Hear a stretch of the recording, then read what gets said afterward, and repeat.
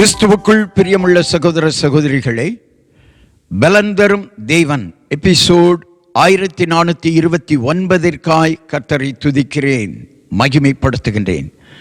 இந்த நாளிலும் நீதிமொழிகள் 19 அதிகாரம் 23 வசனம்.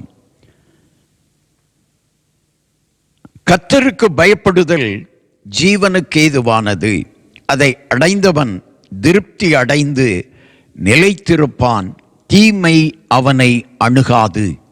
ஒரு மனிதனை தீமை அணுகாமல் இருக்க வேண்டுமானால், தீங்கு துக்கப்படுத்தாமல் இருக்க வேண்டுமானால், அந்த மனிதன் கர்த்தருக்கு மாத்திரம் பயந்து நடந்தால் போதும்.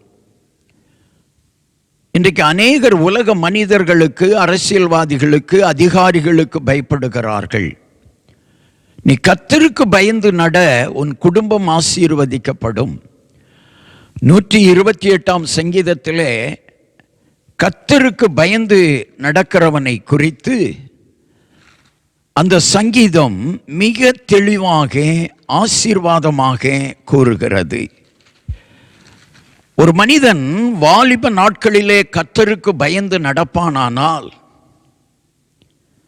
அவன் பாக்கியவானாயிருப்பான்.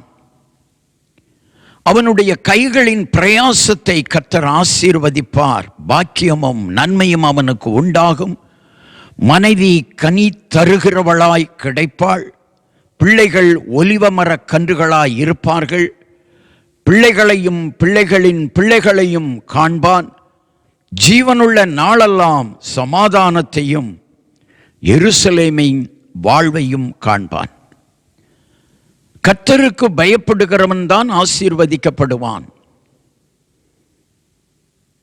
ஆண்டவர் பல தடவை சொல்லி இருக்கிறார், பயப்படாதே பயப்படாதே என்று சொல்லி.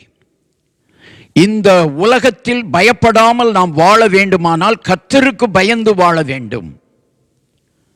இந்த செய்தியை கேட்டுக்கொண்டிருக்கிற என் அன்பு சகோதர சகோதரிகளே, கர்த்தருக்கு பயந்து வாழுங்கள்.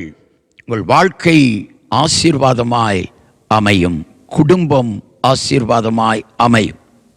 கண்களை மூடி ஜெபிக்கலாம்.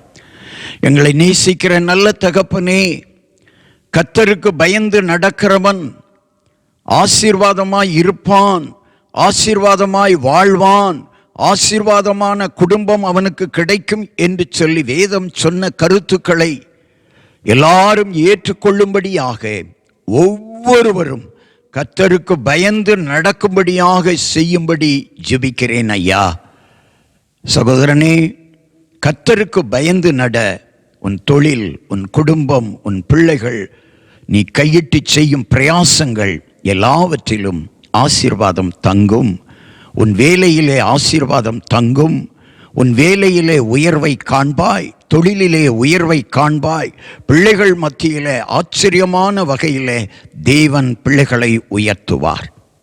கர்த்தருக்கு பயந்து நடக்கிற மனிதன் பாக்கியவானாய் ஆசீர்வதிக்கப்பட்டவனாய் இருப்பான். இயேசுவின் நாமத்தில் ஜெபிக்கிறேன் பிதாவே, ஆமென்.